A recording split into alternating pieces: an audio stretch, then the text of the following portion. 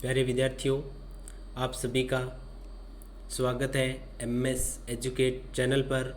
और आज हम शुरू कर रहे हैं कक्षा 6 का एक महत्वपूर्ण टॉपिक जो है पूर्ण संख्या अध्याय नंबर 2। तो उससे पहले हम पूर्ण संख्या की जानकारी से पहले हमें पढ़ना चाहिए प्राकृत संख्या और उसके बाद हम देखेंगे पूर्ण संख्या। तो आज हम इनके सामान्य परिचय के बारे में पढ़ते हैं कि प्राकृत संख्या क्या है, पूर्ण संख्या क्या है। तो स्टार्ट करते हैं। सबसे पहले प्राकृत संख्या, तो इसके नाम से ही है प्राकृत।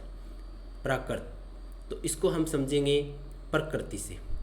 प्राकृत का मतलब हम किससे समझेंगे? प्रकृति से। तो जब हम आपको कोई भी कहे कि प्रकृति के अंदर कोई भी वस्तुएं हो और उसकी गणना करने के लिए आपको कहा जाए, प्रकृति के अंदर आपको किसी भी वस्तु की गणना के लिए कहा जाए, तो आप उससे जैसे पूछे कि सूर्य, तो आप कहोगे सूर्य कितने हैं? एक है।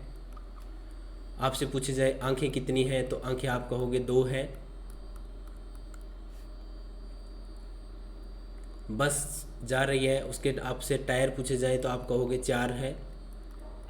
इस तरह से जो भी वस्तुएं हैं आपको उनकी गणना करने के लिए कहा जाए तो आप गणना इस तरह से करते हैं 1, 2, 3, 4, 5, 6, 7 और आगे से आगे इस तरह से आप किसी भी वस्तुओं की गणना करते हैं।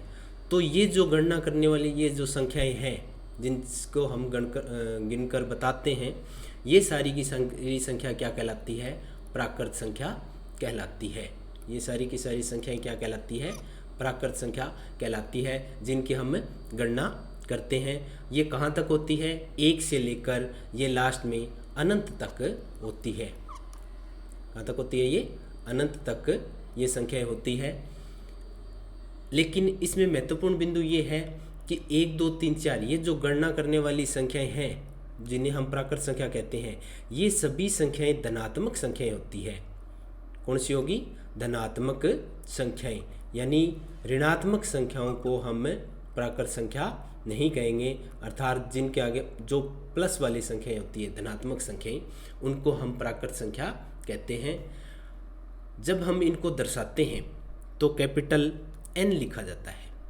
कैपिटल N से इनको दर्शाया जाता है। किनको? प्राकृत संख्या को कैपिटल N से दर्शाया जाता है।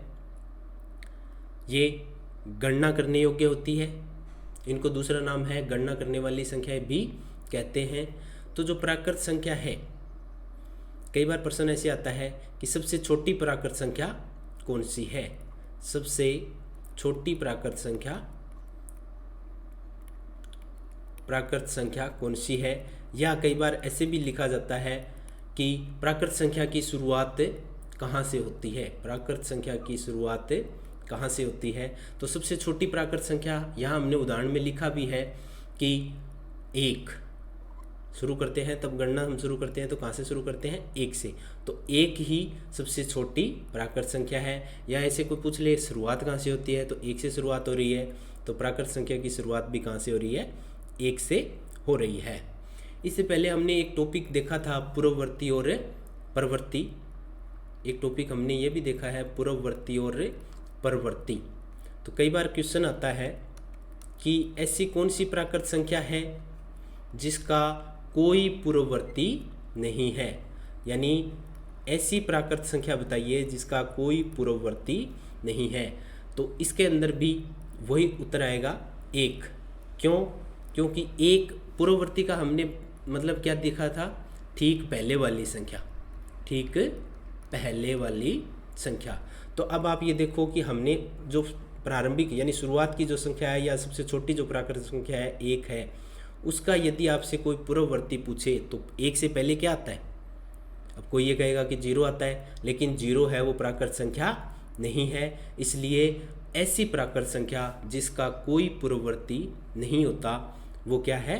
1 है। परवर्ती अगर पूछे तो परवर्ती 1 का परवर्ती क्या हो जाएगा? 2 हो जाएगा। परवर्ती क्या हो जाएगा? 2 हो जाएगा। तो परवर्ती तो होता है बाद में आने वाली संख्या। तो 1 का 2 हो जाएगा, 2 का 3 हो जाएगा, 3 का 4, 4 का 5, 5 का 6। इसी तरह मान लो कोई संख्या आपको दे दे 45, तो इसका परवर्ती तो 346 हो जाएगा, इसका पूर्ववर्ती 344 हो जाएगा। तो ऐसी संख्या जिसका कोई पूर्ववर्ती नहीं होता वो है 0। तो ये था अपना टॉपिक प्राकृत संख्या। अब उसके बाद जो अध्याय 6 के अंदर अपने अध्याय 2 है वो है पूर्ण संख्या। तो इसका सामान्य परिचय करते हैं। तो हमने अभी प्राकृत संख्या में देखा, तो प्राकृत संख्या क्या थी? प्राकृत संख्या थी 1, 2, 3, 4, 5, 6, 7, ये अनंत तक प्राकृत संख्या थी। अब मन में ये क्वेश्चन आता है कि हम संख्याओं के बारे में पढ़ते हैं तो हम शून्य को भी पढ़ते हैं। हम किसको पढ़ते हैं? शून्य को भी पढ़ते हैं। तो ये कौन सी संख्या है? तो जब हम इन प्राकृत संख्याओं में, सभी प्राकृत संख्याओं में इसमें ये शून्य मिला दिया जाए, हम क्या कर दें? मिला दें, शून्य मिला दें, तो वो संख्या क्या कहलाएगी? पूर्ण संख्याएं। वो क्या कहलाएगी? पूर्ण संख्या। तो पूर्ण संख्या क्या होगी? 0 से लेकर अनंत तक, 0 से लेकर अनंत तक, हम इसको लिख लेते हैं, 0 से लेकर अनंत तक की सभी धनात्मक संख्याएं, सभी, ये कौन सी संख्या होगी? धनात्मक संख्याएं क्या कहलाएगी? पूर्ण संख्या कहलाएंगी। इसका एग्जाम्पल अगर हम लिखें तो 0, 1, 2, 3, 4, 5, 6, 7, 8, इस तरह से ये अनंत तक, ये अनंत तक की सभी संख्याएं ये क्या कहलाएगी? पूर्ण संख्या कहलाएगी। अब हमने उसमें पढ़ा था कि प्राकृत संख्या को है वो n से दर्शाते हैं। प्राकृत संख्या को किससे दर्शाते हैं? कैपिटल N से दर्शाते हैं। तो पूर्ण संख्या को किससे दर्शाएंगे? W से दर्शाया जाता है। पूर्ण संख्या को कैपिटल W से दर्शाया जाता है। अब हम 2 छोटे क्वेश्चन भी देख लेते हैं जो ज़्यादातर पूछे जाते हैं कि नंबर 1, सबसे छोटी, वही बात, सबसे छोटी प्राकृत संख्या हमने पढ़ी थी, तो सबसे छोटी प्राकृत संख्या थी 1। अब हम देख रहे हैं कि पूर्ण संख्या, तो सबसे छोटी पूर्ण संख्या की बात करें, या ऐसे कहें कि पूर्ण संख्या की शुरुआत है वो कहाँ से होती है? तो पूर्ण संख्या की शुरुआत है वो 0 से होती है, और सबसे छोटी पूर्ण संख्या भी 0 है। अब उसमें था अपने पास एक हमने पढ़ा था कि पूर्ववर्ती। तो पूर्ववर्ती अगर अपने देखें तो उसमें उत्तर आया था प्राकृत संख्या में कि 1 है, उसका पूर्ववर्ती नहीं होता। लेकिन यहाँ हम देखते हैं कि पूर्ववर्ती 1 का पूर्ववर्ती क्या होगा? 0 हो जाएगा। लेकिन 0 का फिर 0 यानी शून्य का पूर्ववर्ती क्या होगा? शून्य का पूर्ववर्ती नहीं होता। किसका? पूर्ण संख्या में। पूर्ण संख्या में शून्य का पूर्ववर्ती, क्योंकि इस शून्य से ठीक पहले कोई भी संख्या नहीं है। तो पूर्ण संख्या के अंदर शून्य का पूर्ववर्ती नहीं होता है। अब यहाँ 2 क्वेश्चन बनते हैं। एक तो ये आता है कि क्या सभी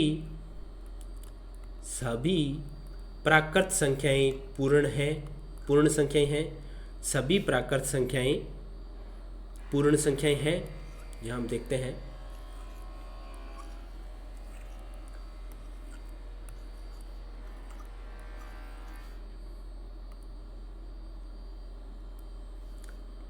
दो बिंदु पढ़ते हैं। नंबर 1, सभी प्राकृत संख्याएं पूर्ण हैं। सभी प्राकृत संख्याएं पूर्ण संख्या है। दूसरा क्वेश्चन आता है, सभी पूर्ण संख्याएं, क्या सभी पूर्ण संख्याएं प्राकृत संख्या है?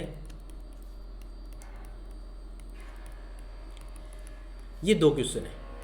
तो पहला है सभी प्राकृत संख्याएं पूर्ण संख्या है। तो यहाँ हम देखो ऊपर हमने लिखा है प्राकृत संख्या, ये पूरी की पूरी प्राकृत संख्या हमने लिखी है। तो ये सारी की सारी इस पूर्ण संख्या में आती है, क्योंकि हमने इसमें एक जोड़ा है, एक संख्या और जोड़ी है, और वो कौन सी जोड़ी है? हमने शून्य। बाकी सभी तो प्राकृत ही है ना। तो सभी प्राकृत संख्याएं पूर्ण संख्याएं होती है। तो इसका उत्तर आ जाएगा हाँ, क्योंकि जो प्राकृत संख्याएं थी उसमें हमने 0 और जोड़ दिया तो वो क्या हो गई, पूर्ण संख्या बन गई। अब दूसरा क्वेश्चन आता है, क्या सभी पूर्ण संख्याएं प्राकृत संख्याएं हैं? तो सभी पूर्ण संख्याओं में जैसे 1 2 3 4 5 6 7 8 9, क्योंकि ये जीरो जोड़ने पर ये संख्या बनी है 0 1 2 3 4, तो क्या ये सारी की सारी प्राकृत संख्याएं हैं? तो इसमें हम देखते हैं कि इसमें जीरो भी है, सभी में यदि सभी की बात करें तो जीरो भी है, और जीरो प्राकृत संख्या नहीं होता, इसलिए सभी पूर्ण संख्याएं प्राकृत संख्याएं नहीं होती। तो ये दो क्वेश्चन बार बार पूछे जाते हैं कि क्या सभी प्राकृत संख्याएं पूर्ण संख्याएं हैं, तो उसका उत्तर आएगा हाँ। क्या सभी पूर्ण संख्याएं प्राकृत संख्याएं हैं, तो उसका उत्तर आएगा नहीं। अब हम इनके नोट्स के रूप में देखें कि प्राकृत संख्या नेचुरल नंबर जिसे कहते हैं, तो इसको हम नोट्स के रूप में लिख सकते हैं कि एक से शुरू होकर अनंत तक की सभी धनात्मक संख्या, ये अपने को मुख्य ध्यान रखना है कि ये सारी की सारी धनात्मक होती है, और शुरू कहाँ से होती है, एक से शुरू होती है, सभी प्राकृत संख्या होती है। इन्हें गणना करने वाली संख्या भी कहते हैं। क्यों कहते हैं? क्योंकि जब हम किसी वस्तु की गणना करते हैं तो हम शुरुआत एक से ही करते हैं, न कि जीरो से, इसलिए इन्हें गणना करने वाली संख्या भी कहते हैं, और इसे कैपिटल N से दर्शाया जाता है। जैसे अब इन्हें एग्जाम्पल भी लिखा है 1 2 3 4 5 6 7 8 9 10 10 अनंत तक की ये सभी संख्याएं प्राकृत संख्या है। सबसे छोटी प्राकृत संख्या क्या है? 1 है। ऐसी प्राकृत संख्या जिसका कोई पूर्ववर्ती नहीं है वो भी 1 है। या कोई ऐसे पूछ ले कि शुरुआत प्राकृत संख्या की शुरुआत कहाँ से होती है, तो भी उसका उत्तर 1 आएगा। दूसरा है पूर्ण संख्या, तो पूर्ण संख्या जिसे होल नंबर भी कहते हैं, तो 0 से शुरू होकर अनंत तक की, ये भी ध्यान रखने वाली बात है कि धनात्मक संख्याएं, प्राकृत संख्या भी धनात्मक है और ये भी धनात्मक संख्याएं हैं, वो पूर्ण संख्याएं होती है। इसे W से दर्शाया जाता है। अब आप ये ध्यान रखो, क्योंकि प्राकृत संख्या में हमने बताया कि ये गणना करने वाली संख्या है, तो इसको हम गणना करने वाली संख्या क्यों नहीं कहते? क्योंकि इसमें 0 से शुरू हो रही है, और जब हम किसी भी वस्तु की गणना करते हैं तो 0 से गणना नहीं करते, हम 1 से गणना करते हैं। इसलिए गणना करने वाली संख्या केवल प्राकृत संख्या को कहते हैं। तो इसमें सभी प्राकृत संख्याओं में क्या जोड़ देते हैं? शून्य और शामिल कर देते हैं, तो वो सारी क्या हो जाएगी? पूर्ण संख्याएं हो जाएंगी। अर्थात ये तो समूह था प्राकृत संख्या का, उसमें हमने शून्य और जोड़ दिया, तो ये पूरी की पूरी क्या बन गई? पूर्ण संख्या। दूसरा आता है सबसे छोटी पूर्ण संख्या क्या है, तो वो है शून्य, 0 है।